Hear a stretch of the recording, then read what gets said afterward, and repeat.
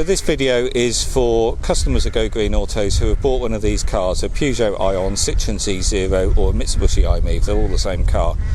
And it's a beginner's guide to owning and operating the car, so you can get on using it straight away without reading the user manual, but obviously for more detailed information you've got to refer to the manual. So firstly, the keys. With these cars you do get one remote key with buttons and then one fixed key. That's how they come from the factory. So it's pretty obvious, locking and unlocking.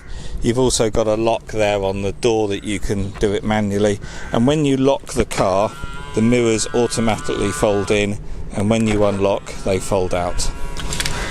So next, starting the car, you put the keys in the ignition, you put your foot on the foot brake, you turn it around so the dash is lit up to the ignition position, keeping your foot on the foot brake. You then hold it round as if you were going to start a starter motor on a normal car, and you're waiting for that bing and the ready light to come on.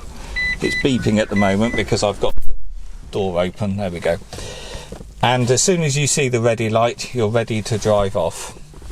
So obviously you'd put your seatbelt on, that's why we've got the red lights.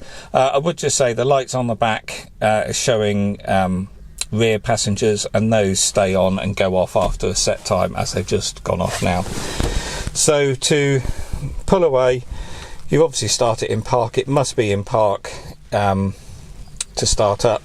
And from this point you drive it like an automatic, so keeping your foot on the foot brake, you drop it down to D, you then release the handbrake and you pull away, and it will creep. As soon as you take your foot off the brake, the car creeps forward.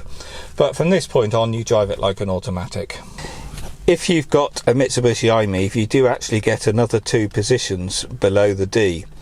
The same exist in the Citroen and the Peugeot as well, but they're blanked off with this top blanking plate, so there is a modification you can do to take this plate off and route out the positions, because the selector underneath is the same on all cars, but on the Peugeots and the Citroens they've decided not to give you the extra 2 positions.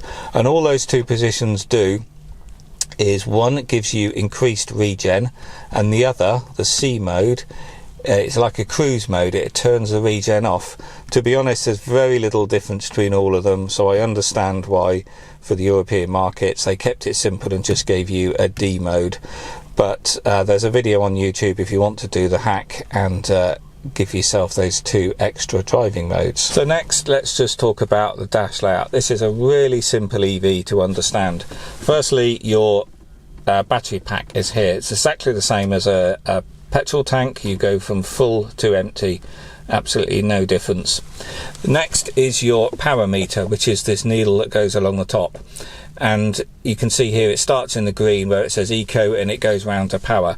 So you want to drive with the needle as close to the eco area as possible, so the more you accelerate, the more power you put into the motor, the further the needle goes round. It's a little bit like a rev counter in a petrol car, but to drive it economically you want to keep the needle in that green area as much as possible. And then when you lift off the accelerator and you're using the regen braking to slow down, the needle drops down into the charge area. So regen braking isn't braking as far as braking on the wheels, it's just slowing down on the motor. So as you accelerate, you'll push the accelerator down, that puts electricity into the electric motor and it spins and you go along. As soon as you lift off the accelerator, you're not putting energy into the motor, but the motor is still spinning because you've got your kinetic energy going forward and it's obviously attached to the wheels. So at that point that motor instantly turns into a dynamo and starts putting electricity back the other way and starts charging your battery, and that's what slows you down. You're slowing down on the electric motor and you want to capitalize on that. So as you're coming up to a corner, junction or roundabout, you lift off the accelerator much sooner and coast, and all the time you're coasting you're charging the battery, which is improving your economy, and you're slowing down, and then you're not using the brakes, because as soon as you use the brakes you're obviously wearing out your brake pads unnecessarily, but you're transferring your kinetic energy into friction and heat, whereas actually to drive it economically you want to transfer it back into the battery pack. So it's just a case of reading the road ahead a bit more, coasting much more and driving like you've got no brakes, and then you will see really good economy. And then in the middle is obviously your speed, and over here is your mileage. And there's a button here which you can toggle through your normal trips and your servicing intervals, the current range. So this range meter is very much an estimate. They can be wildly inaccurate. It's based on recent driving and temperature, so take this with a big pinch of salt, but you'll soon get to know how accurate this is. But obviously if you floor it and you drive fast and you have you bomb down a dual carriageway on your way home, it's going to drop the range because it's going to assume you're going to drive like that, and the next day you will charge and maybe your range is lower than you had the day before because it thinks, okay, you were driving uneconomically, therefore I'm going to assume the same, and it's going to drop the range. So whatever range you see on here doesn't necessarily mean that's what you're going to get. That is based on obviously driving history. And bring it back round to the mileage there. So let's just quickly show the other controls. It's all standard car stuff, to be honest. They do have automatic lights, so you can knock it up one position to auto, and then the lights are controlled automatically. The rest of the light controls are on this stalk. This stalk over here is your wipers and rear wiper. I'll just open the door so we can see these controls down here. This is your headlight adjustment. You probably only need to adjust that if you've got something heavy in the boot. That turns off your traction control. You'll probably never use that switch. The only time you might need that is if you're driving in thick snow. That's your rear heated window, obviously. And this is your mirror adjustment. You flick it left or right what you want to adjust. And this is a button where you can manually fold the mirrors in. Electric window switches, all bog standard stuff. So next, the heating system. The heating system is a climate control system, so you set your temperature and just press auto and let it do its thing. The only thing that's a little bit sort of non-standard is off position is 1 up, and actually down here is auto. So it's easy to think you're turning the fan down and turn it one position too far and actually leave it in auto. So if you want to turn it off, it is 1 up. So as I said, you set your temperature and just press auto, and it will get to that temperature and maintain it. This here is showing whether you've got air conditioning on or off, and we can adjust the airflow here manually, or just put it over to there and have it on auto. So if you have auto there and just set your temperature, that's climate control. So I would just add, heating uses an awful lot of energy, because with an electric car there's no fire up front as you would get in a combustion engine car, so it has to make its own heat, and the heating system is the only other thing that draws power from your big traction battery underneath, and this does use an awful lot of energy in the winter. Heating does use more energy than air conditioning, I would add. So you want to minimise your heating use as much as possible if you want to extend your range in the winter. These cars don't have preconditioning, which is a shame, because you can't preheat the car before you get in. So you don't really have much control, but if your car has got heated seats, which would be a switch down here, then that's a much more efficient way of getting warm, and maybe you can have the heating turned down a little bit, but this car doesn't have that fitted, so obviously you would just use the heating. But just bear in mind that an EV in the winter with a resistive heater like this has got, you're going to see approximately 25% less range in the winter because of your heating use, and also because the batteries are less efficient when they're cold. And then right down here you've got a USB input there. You've got a switch here where you can turn off the passenger airbag. You'd only do that if you've got a child seat in the front. And then here you've got an SOS switch, which allows you to call a call centre if you have an accident. And then the stereo on these is quite sort of basic and old-fashioned. They do have Bluetooth, so you have a microphone up there and you can pair your phone to it. The Bluetooth doesn't work particularly well in terms of call quality and clarity. Actually, the connection and that sort of stuff side of it works fine. It's just it's not particularly clear. But radio side, it's all bog standard stuff. You can select your channel and if you want to program a button, we can just push and hold, and it's now programmed that station on that button. It's all standard stuff really. It does have a single slot CD as well. So next, let's just show you, we've got a cup holder on that side for the passenger. The cup holder for the driver's side is down here. We've got the glove box here, and on the UK spec cars there's a little hidden compartment up here. We've obviously got this shelf here, you can store stuff, but up under here you'll feel there's a little handle here. You can pull that down, and there's another hidden bit of storage up under there behind the airbag. That might be quite useful if you want to hide your mobile phone or wallet or something while you're leaving the car parked. I'll just show you the rear seats. There is a lever here at the side which you push forward, and you can adjust the angle of the rear seat. It's easier to do it from behind, and it's easier to have two hands, but you can adjust the angle of the rear seat if you want to have a bit more cargo space at the back, or you can drop it completely down and the floor is nice and flat as well. While we're talking about rear seats, the other thing I'll just point out is your puncture repair kit, which is just a pump and gunk, is underneath that seat. So the information's on the website how you can lift that seat up, and you can access that. That's hidden behind the base cushion. So let's talk about charging. Your AC charge flap on this side of the car, you use that lever there to open it. Your DC charging port over on the near side is this one down here. Sometimes these have a habit of the cable unhooking from the back of the lever. I've done a video on that, how you rectify that. Is a very simple job. So on the driver's side of the car, this is your AC charging port. It's a 3.6 kilowatt AC charger, type 1, and this is what you would use if you were charging at home, either on a wall charging unit or using the granny cable, and also if you're going to charge out there on a public charging post that is AC. So most of the chargers, which are called fast chargers, which you have in car parks, retail parks, shopping centres, that sort of thing, they're normally 7 kilowatt AC charging, and you would use this port. Round on the other side, this is your DC rapid charging port. So this is a 50 kilowatt CHAdeMO connector, and this is what you would typically use on the motorway network at service stations.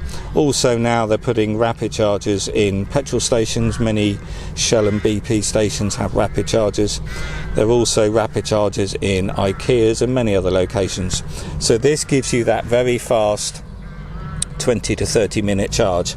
So the way rapid charging works is they charge much quicker the flatter the battery is, because the battery can then absorb all the high energy. So if you pull up to a rapid charger and you're down below, say, quarter of a battery full, you're down below 25%, the lower the better if you want speed, then this will absorb the energy much quicker, and when it gets to 50, 60, 70%, the charge rate slows right down because it can't absorb that energy quicker. That's why all the manufacturers quote charge times from 0 to 80%, from when the battery's empty to charging to 80%. On this car would take 30 minutes, and that's because that final 20% takes as long as the first 80%, because the battery struggles to absorb that high speed power. So if you're doing the long distance driving, you're best to stop and charge when the battery is as flat as possible, because you're just going to get that much quicker charge. But obviously you don't want to push it and pull into a services when you're really low, in case that charger's full or not working. You want to keep a little bit in reserve so you can hop to the next service station. And here's your charging cables here, which typically you get with a car.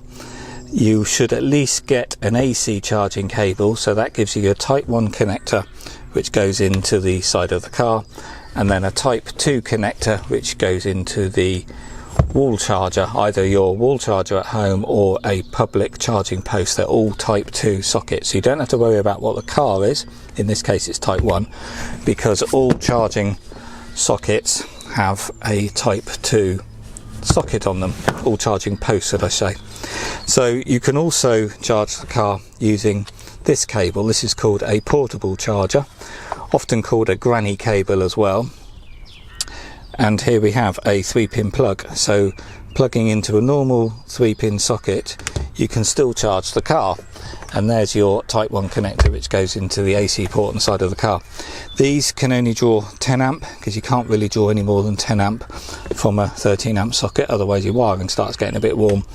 So they do take longer to charge on these than it would to charge on a proper wall charger, because that can draw 20 amps or up to 20 amps. This can only draw 10. So it takes about 8 hours to charge the car on one of these. But these are very handy if you don't have a wall charger, or you go to stay with friends and family, or you go to stay at a hotel. I've used these when I've gone to hotels where they don't have chargers, and I've just charged from a socket in the corridor and run the cable through the window and out to the car. It does mean that you can charge your EV anywhere there is 240 volt, and of course that means everywhere. So the way to remember it is this side is your rapid charging, which you're only going to use when you're doing the long distance driving, and this side is your slower charging, which you're going to use majority of the time, particularly if you've got a driveway and you're going to charge overnight. Most people do. Then you'll primarily only be using the AC charging port, because your car's going to be charged every morning, and if you're just driving around locally and pottering around, you'll only ever be charging on AC. So when you start up and pull away, obviously it's utterly silent because it's an electric car. However, you will hear some pumps and occasionally some sort of pop and almost like a hissing noise. You'll hear a pump go pop, pop, pop, pop, pop, and that's completely normal. It's just that there's no engine drowning out the noise of all these other auxiliary parts. So this has fans and a water pump pumping water coolant around the electric motor and the electronics, and you've got pressurized brakes, and all these things are making noises, so that's completely normal. So when you want to stop the car, you keep your foot on the foot brake and put it into park, just like you would with an automatic. However, if you're on a hill or any slight incline, you want to pull the handbrake on while your foot is on the foot brake, so the weight of the car is held on the brakes before you release the foot brake, so then that stops the weight of the car being held on the transmission. So you always want the handbrake taking the strain, as it were. And then at this point you simply just turn it off and remove the keys. So next I'll just show you what's under the bonnet. The bonnet release is actually down here. It's a little awkward to find. So to release the bonnet, there is this catch here which you just push like that, and then the bonnet stay is this little lever up here which you put in the hole in the hinge like that. And the only thing you're going to come up front for is to fill the windscreen washer bottle, which is this bottle here. The other things we have here is our brake fluid reservoir. This is a coolant bottle, which I'm pretty sure is your heating system. You should never need to touch that. And then here's your 12 volt battery. So all EVs have a 12 volt battery up front, and that runs the dash, the lights, the wipers, the stereo, and all the ECUs. Everything is standard car stuff and is standard 12 volt, just like every other car. The batteries on these last a particularly long time on these iOns compared to other EVs. I've just changed this battery, and this car is now 8 years old. So, and it was still pretty good, but it wasn't worth letting it go with a battery that old. So for the price of these batteries, they're only about £50. I've put a new 12 volt battery in there, so you're looking at about an 8 to 10 year life on these batteries, which is incredible. But the car is completely reliant on the 12 volt battery. So if you have let's say you're in the autumn and you've had that cold frosty night, you get in the car in the morning and the car won't start, just like petrol and diesel cars, it's because that 12 volt battery's died. And it's usually when they're getting old, it's usually the first cold snap drains the battery. Or if you've left an interior light on, or you haven't locked the car or something like that, just like a normal car, it will slowly drain that battery and it will be flat for those reasons as well. So you know, they're just like normal cars. They need that 12 volt battery working to start, but with an EV it's not obviously turning over an engine, and because of that you can't tell when they're getting bad, because with a normal car you can tell they're struggling when you're trying to start the car. With these, they're just turning on relays and electronics, so you never know that they're about to die. So if you ever have any problems with an EV, the first thing you've always got to check is your 12 volt battery, because that's the likely cause of any issues. I've got videos on the YouTube channel If you want to know about servicing and maintaining these, I've also got a video showing you the electric motor at the back and the battery pack underneath, because these are rear-wheel drive, so all the drivetrain is there below the boot. So there's further information if you want to look at that on the Go Green Autos YouTube channel. So I think that's about it. I've covered all the basics, and any further information obviously refer to your user manual.